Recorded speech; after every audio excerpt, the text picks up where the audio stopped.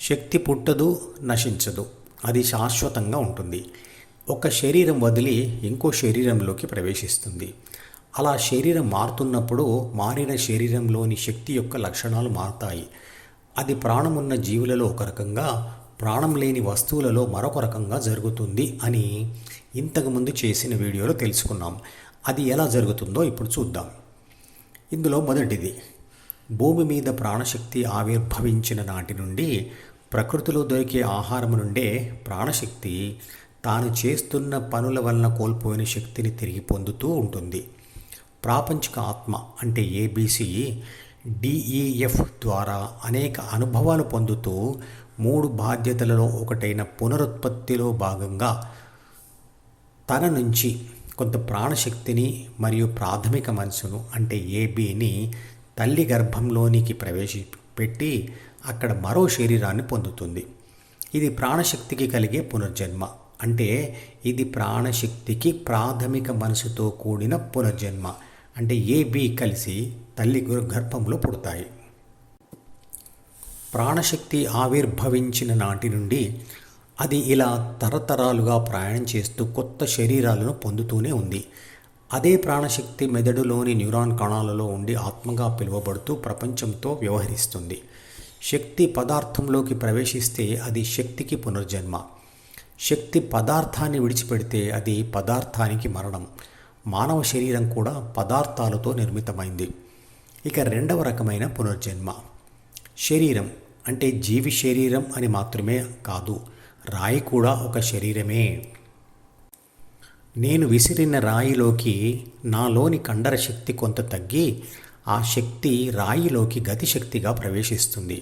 అది తగ్గిన కండర శక్తికి పునర్జన్మ.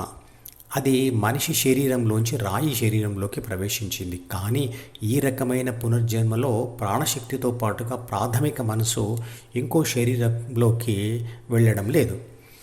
ఇంకో ఉదాహరణ, గోడ గడియారంలోని బ్యాటరీ శక్తి కొంత తగ్గిపోయి ఆ తగ్గిన శక్తి గతిశక్తిగా మారి గడియారం ముళ్ళులో ప్రవేశించి దానిని తిప్పుతుంది. ఇక్కడ ముళ్ళు కూడా శరీరమే. ఇలా బ్యాటరీ శక్తి నిరంతరంగా తగ్గిపోతూ ముళ్ళు ద్వారా విశ్వశక్తిలో కలిసిపోతూ ఉంటుంది. చివరికి శూన్యం కూడా అవుతుంది. ప్రాణశక్తి కూడా అంతే. తను చేస్తున్న పనుల ద్వారా చేయబడుతున్న పదార్థాలలోకి ప్రవేశిస్తూ ఖర్చు అయిపోతూ ఉంటుంది. ఇంటిపైన ఉన్న నీళ్ల ట్యాంకులో నీళ్లు మనం వాడుకుంటూ ఉంటే అయిపోయినట్లు. కానీ ఇక్కడ కూడా ప్రాణశక్తితో పాటు ప్రాథమిక మనసు ఇంకో శరీరంలోకి ప్రవేశించదు. ఒక్క తల్లిదండ్రుల కలయిక ద్వారానే తల్లి యొక్క మరియు తండ్రి యొక్క ఏబి కలిసి తల్లి గర్భంలోని జైగోట్ అంటే పిండంలోకి ప్రవేశిస్తుంది. పదార్థం లేదా ప్రకృతి లేదా ప్రపంచం లేకపోతే ఆత్మశక్తికి ప్రపంచానుభవాలు ఉండవు. దానికి 3 బాధ్యతల లేదా 6 గుణాల అవసరమే ఉండదు. ప్రపంచ అనుభవాలు లేకపోతే ద్వితీయ మనసే తయారు కాదు. కాబట్టి ప్రకృతి వల్లే అది సృష్టించబడుతుంది. అదే ఆత్మ చేత పనులు చేయిస్తుంది. శరీర రక్షణ, పోషణ, పునరుత్పత్తి అనే 3 బాధ్యతలు నిర్వర్తించుట కొరకు ప్రాథమిక మనసులోని 6 గుణాల ప్రభావంతో నేను అంటే ఆత్మ శక్తి జ్ఞానేంద్రియాల ద్వారా ప్రాపంచిక విషయాలను అంటే ప్రకృతిని అనుభవించి ఆ అనుభవాల సారాన్ని ద్వితీయ మనసులో ఆలోచనలుగా రాస్తుంది. ఆ ఆలోచనలను బుద్ధి అంటే విశ్లేషణ ద్వారా మదించడం వల్లనే అంటే సమాచార విశ్లేషణ వల్లనే కోరికలు కలుగుతాయి. ఆత్మ ఆ కోరికలను కలవడం వల్లనే పనులు జరుగుతాయి. అంటే 2 మనసుల వలననే పనులు జరుగుతాయి. ఆ పనుల ఫలితాన్ని అనుభవించేది నేను లేదా ఆత్మ. శరీరం మరియు మనసు 2 కూడా ప్రకృతిని అనుభవించలేవు. అంటే ప్రకృతి వల్ల ఏర్పడినటువంటి ప్రాథమిక మరియు ద్వితీయ మనసుల ద్వారానే అన్ని ప్రాపంచిక పనులు జరుగుతున్నాయి. కానీ ఆత్మశక్తి వల్ల కాదు, లేదా ప్రాణశక్తి వల్ల కాదు. నేను అంటే ఆత్మ ద్వితీయ మనసు ద్వారా ప్రపంచం లేదా ప్రకృతికి అతుక్కొని ఉన్నప్పుడే ఈ ప్రకృతి నుంచి దొరికే పదార్థాలను, సంఘటనలను అనుభవిస్తాను. ఈ మంచి చెడు అనుభవాలతో మనిషి స్వభావంలో అంటే 6 గుణాలలో కొంత మార్పు వస్తుంది. అలా మార్పు చెందిన గుణాలు అంటే జీన్స్ తర్వాతి తరం వాళ్ళకి అంటే సంతానానికి ప్రాథమిక స్వభావంగా అంటే పుట్టుకతో వచ్చే గుణాలుగా చేరుతుంది.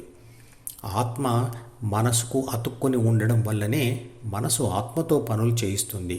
కాబట్టి ఆత్మ మనసును వదిలి తన ధ్యాసను హృదయంలో స్థిరంగా ఉంచినప్పుడు ఆత్మ తానే విశ్వశక్తి అని గుర్తిస్తుంది. అదే ఆత్మకు విముక్తి. ధ్యానం ద్వారా ఆత్మ మనసు నుంచి ఒకసారి విడిపడితే దానికి ఎలాంటి ప్రపంచ అనుభవాలు ఉండవు. శాశ్వత శాంతి స్వభావం ఏర్పడుతుంది. మళ్ళీ ఎప్పుడూ ఆత్మ మనసుకు బానిస కాదు. ఈ మధుపదం యూట్యూబ్ ఛానల్ వీడియోని సబ్స్క్రైబ్ చేసి గంట గుర్తును నొక్కి ఆల్ని సెలెక్ట్ చేసి ప్రతిరోజు యూట్యూబ్ ఓపెన్ చేసి అడుగున ఉన్న సబ్స్క్రిప్షన్ బటన్ నొక్కితే అన్ని లేటెస్ట్ వీడియోలు చూడవచ్చు.